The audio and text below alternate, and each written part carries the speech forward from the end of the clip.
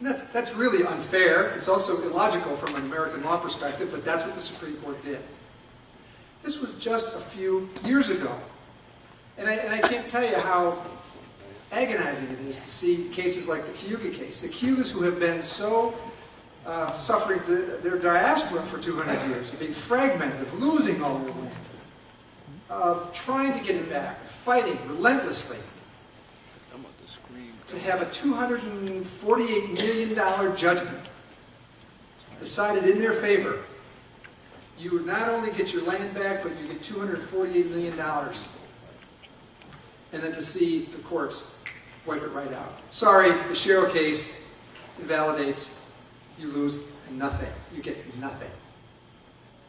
So we're at the point in terms of attack by the U.S. courts on our native rights where you almost have to take the position that the courts do not recognize the treaty at all.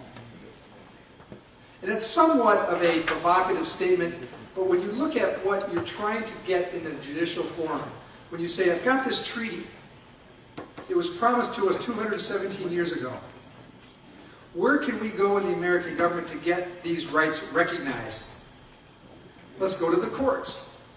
Well, the problem now is that the courts will not recognize meaningful title. They'll recognize, oh sure, that's your land, but it's occupied by non-Indians and you have no sovereign power to do anything about it. You have to go back to Congress to get it fixed. We, the courts, cannot and will not do it. It's not a judicial matter. That's very frustrating. Now, that's why I want to set the foundation for why going to the court system is a very, very, very risky thing to do. Because the courts, whether it's a matter of politics, I mean, you might say it is, because these land claim cases test the ability of the American courts to dispense justice. You know, some of you may remember from history or life the Civil Rights era. Well, it's kind of an impressive era when you think about it, because the courts, the American government, I mean, they were sending the military, the army, into the South to enforce desegregation orders. They weren't fooling around when they were talking about desegregate now. We're going to send federal troops down there to make it happen. You didn't see the same kind of courage when it came to dealing with restoring Indian land title that had been promised in 1794. Just the opposite. We're going to run from that issue. It's too hard. It causes too much disruption. There's too many non-Indian lives that would be affected. And from a historical perspective, I think is a very a problematic moment when you think about the ability of the American courts to dispense justice. Now that's just one threat. The next comes from the Congress. And it's interesting when you lay out the historical trajectory over the last 217 years, Congress doesn't do too much. There are big moments. And the biggest moment was the removal treaty in 1838. That was part of the era of the time. And I love, when I was teaching actively, I love talking about this with the students because putting it into historical context, it was actually the case that the American leadership didn't think that the country needed much more land, other than maybe to the Mississippi. I mean, how much more land could we need? And so it was rooted in removal. We'll send the Indians west of the Mississippi.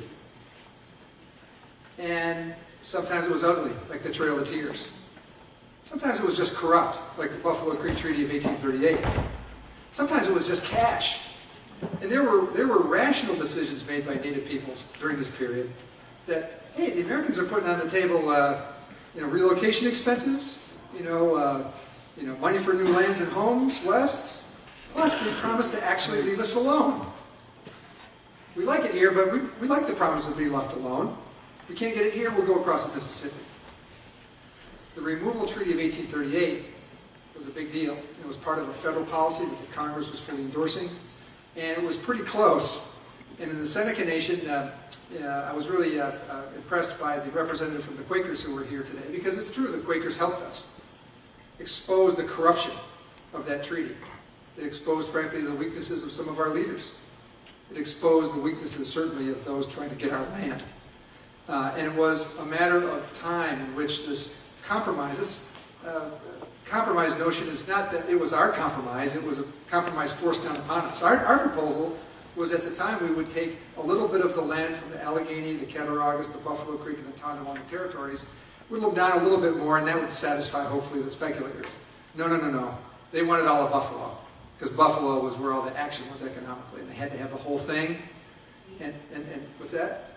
Greedy. There was the greed, sure. You know, the canal, the development. Buffalo was a big boom town, and they had to get us out of the way. And so the compromise was forced down upon us, and we were able to restore our title to Allegheny and Cattaraugus. And the Tonawanda Senecas, our brothers and sisters, were able to secure a treaty in 1857 that allowed their lands to be resecured.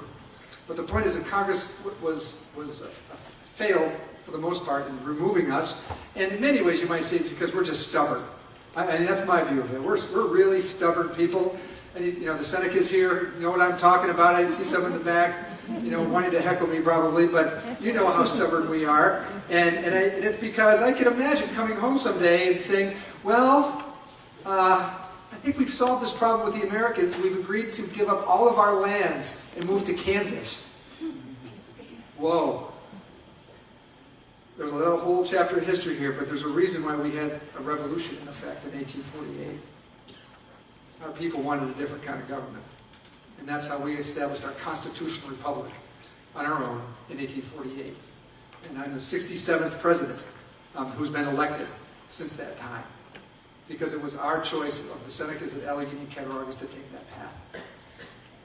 But look at what the Congress does to us in the modern era, the 20th century. We get acts like the Citizenship Act. You're all a little too savage for us. We need to make you part of our society. This is a radical concept in the 19th century. Making Indians citizens was viewed as almost the practical equivalent of taking the beasts of the forest and making citizens out of them. No one really believed it. Indians? Citizens? No. But by the 20th century, it became a very powerful tool. Aha! If they're citizens, then they don't need to have their treaties, and they don't need to be citizens of their own nation. This is political assimilation. And our Confederacy, the Haudenosaunee, opposes and rejects the Citizenship Act in 1924, but it's done anyways. We're the only group of people who are collectively naturalized against our will. We're Americans whether we like it or not. Everyone else gets to choose. In 1948, this termination era kicks in, and it's about jurisdiction and control. New York State has been our predatory tormentor from the beginning. And in 1848, you know what New York State wants? It wants their criminal jurisdiction over us, put in stone. Now, they've been exercising it for many years, decades, when no one was watching, because a lot of the federal government wasn't watching. And in 1942, there was a case that came out of Salamanca, where the Second Circuit said, you know what? The state of New York, you don't have any jurisdiction over the Indians of the state. It freaked out the state officials. And they ran right to Congress, and they couldn't have gone at a better time. Because the Congress in 1948 was all about getting out of the Indian business. Fine, we'll give criminal jurisdiction over to the state of New York. And 2 years later, the Congress allowed the state courts to hear cases involving Indians, which in many ways has a much more effective social engineering function. You know, that when you have natives in your courts, you know, social welfare matters and civil disputes, you're really bringing the law to people. And it has a sort of educational effect in a crude kind of way by virtue of having natives suing and being sued in state courts. I mentioned the Power Act takings. Those are acts of Congress. And most recently, we've dealt with something called the PACT Act. One of the interesting stories in the Seneca Nation narrative is that in the last few decades, we sold a lot of cigarettes. A lot. And I've frankly learned more about cigarettes and cigarette law and regulation and resistance than I ever would have thought imaginable. And I know cigarettes are bad for you, but so is 200 years of being poor. And this ended up being a gift somewhat from New York State that just started taxing cigarettes more and more and more, to the point where you pretty much have to be stupid to not be selling them because of the tax arbitrage opportunity. And in our nation, unlike others in the Six Nations, we have a private sector. We have a lot of people. We have 8,000 people, and a lot of our private businesses got into it, started selling cigarettes. Well, it got to the point, and this is kind of I don't know how I feel about it to this day, but it was about 2007. We're sitting down with the federal government, and this mail-order cigarette business is being discussed. And I'm reading the federal GAO reports on mail-order cigarettes, and it says 70% of the cigarettes sold in the United States are emanating from the Seneca Nation. I think 70% of the cigarettes sold in the United States through the mail comes out of the Seneca Nation. I said, that can't be right. I said, this is another railroad. This is an unbelievably, bald lie about our nation. So we sit down at the meeting, and I said just what I said. I said, why are you doing this? Why are you taking this from our people? I said, this is your commerce. It's not an illegal product. If you don't want us to sell this, wipe them out for everybody. But we should have the same rights. They says, well, those numbers are wrong. I said, I knew they were wrong. He says, yeah, it's 80%. Because we've wiped out a bunch of guys in Kentucky, and by virtue of, you're left standing, you have 80% of the market. And I said, wow. But guess what? And last year, Congress enacted the legislation to wipe out mail-order cigarettes, making illegal the use of the mails for selling cigarettes. It is about as specific a Seneca Nation Cigarette Trade Termination Act as it gets. When you're controlling 80% of the market, who do you think they're talking about when they're talking about this legislation? And I spent a lot of time working on it, and it was a confluence of the right reasons in the sense that, of course, it's cigarette smoking, and, people don't like that. But there were reasons rooted just, frankly, in just profiteering of big companies like, Altria, Philip Morris. They didn't like to see the Seneca Nation getting too big a share of this market. But the Congress passed this legislation almost unanimously. And actually the guy, our previous congressman, Mr. Massa, was helping us protect our treaty rights. And I know he had some personal issues, but he was a good friend of ours, and he was helping us. He was helping us fight to protect our treaty, that we should do business in our own land as we see fit. We didn't sell to minors, we did all these regulations, we had stamps, we had verification, we had an agreement with ATF, the federal government. We were working in partnership. It's not an illegal product. Congress stopped it. So that's the kind of thing that happens if you're too good at something. And in our view, it was a violation of our free use and enjoyment. It was too much money, too much economy for the benefit of our people. Now there's more, and I've spent an awful lot of time on this, and I'll speed it up a little bit. There are attacks that come to us from federal agencies. OSHA, the National Labor Relations Board, EPA, the IRS. These agencies behave as though they're disconnected from the treaty.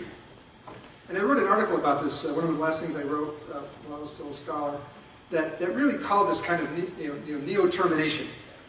That you have these agencies out there that have these, do-good missions. Protect the environment, protect workers. But when they're applying, their force on Indian land, particularly as it relates to Indian commerce, the casinos that emerge, construction companies, restaurants, other businesses that start to grow up, they just think that they're doing their job. And they kind of ignore the Indian lands component to this, and the treaties and the sovereignty. And so these are good people. They just, frankly, are fulfilling an evil objective, as far as I'm concerned, because they're ignoring the treaty rights. That when a federal agent is in our territory or wants to be in our territory, they are the president's ambassador. And the first thing they should be doing is asking permission. Can we come in?